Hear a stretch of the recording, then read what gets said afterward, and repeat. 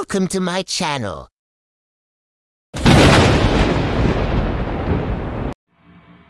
So, ayan mga ka-wireman, welcome back again to my YouTube channel. So, ngayon mga ka-wireman, guys, pag-usapan naman natin itong T8 na fluorescent na LED. So, minsan nagkakamali tayo na kung paano ba pagkabit dito. Kailangan tignan natin maigi yung ating pagkabit dito dahil pag pumutok to, wala na, madaling masira to mga ka-wireman. So meron tayong dalawa dito na T8 kung tawagin, fluorescent tube. So meron itong isa, ito yung yung Firefly. So ito yung tinatawag na single-ended. So kung makikita nyo, ito yung yung diagram niya, oh. Ibig sabihin ng single-ended, pag nakakita ka dito, may pangalan siya na ganyan, dito ka maglalagay ng wire mo. So itong dalawa na to, itong pin na to, ito na yung gagamitin natin sa single-ended. So yan, oh. So ito naman, meron tayong isa uli. Papakita ko lang sa inyo para mamaya i-wiring natin mga ka-wireman. So ito naman yung Akari, oh. Ito naman yung double-ended. Ibig sabihin, kabilaan. Ito sa kabila, tapos dito naman sa kabila lalagay natin yung wire natin. I-series lang natin yung na yan, terminal na yan, dalawang wire lagay natin, pero isa lang to. Ito yung line 1 natin, ito naman yung pinaka line 2 natin. Pero yung sa kanina, yung una, ito yung line 1 natin, ito yung line 2 natin. So mga ka-wireman, sige, at wawiringan natin, simpleng tip lang to mga ka-wireman, ha. Madalian lang to. Antabayanan at wawiring tayo. So ito na nga mga ka-wireman, oh. Wawiringan natin yung simple wiring lang mga ka-wireman, ha. Ito yung natin, yung single-ended. Single-ended natin yan. Ibig sabihin ng single-ended, gaya na sinabi ko kanina, dito lang. Dito lang tayo magkakabit ng ating wire para sa supply natin. So ngayon, lalagay natin ng supply. So, ito yung ginawa ko. Ito yung niya, yung pinaka-socket niya. Lalagay natin doon sa pin.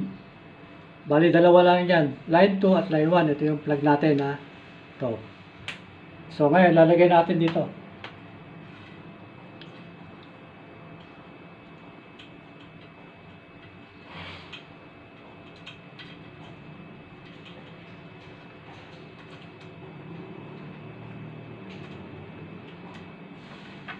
So, ganyan ang forma niya mga ka-wireman, ha. So, yan. So, testingin natin.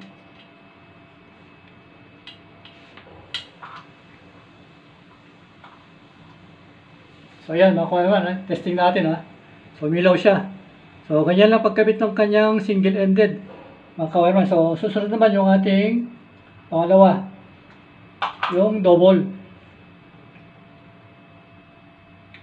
So, dito mayroon siyang marking din. Pero kalimitan dito may mga diagram din para hindi kayo malito. So, yan.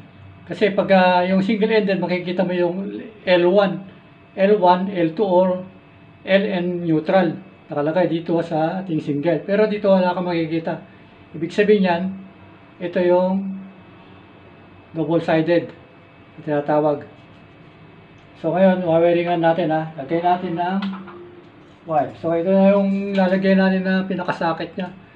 Bali, dalawang na yan, butas yan, pero gagawin lang natin na isang linya. Pati rin dito sa kabila. So ito yung kabila niya. So ganyan. Tig-isa linya lang sila.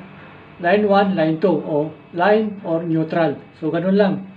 So ito yung plug natin, lagyan natin ng connector. So, lalagyan ko lang ng connector. So, ito yung dalawa, yung plug natin. Oh.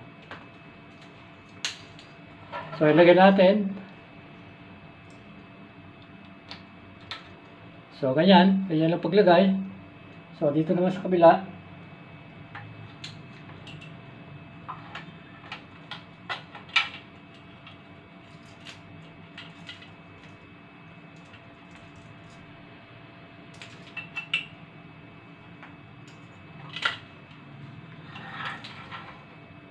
So, dito naman sa kabila, lagay natin.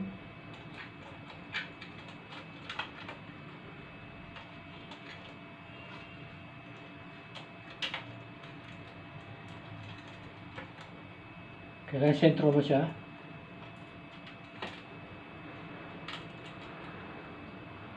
So, ganyan lang.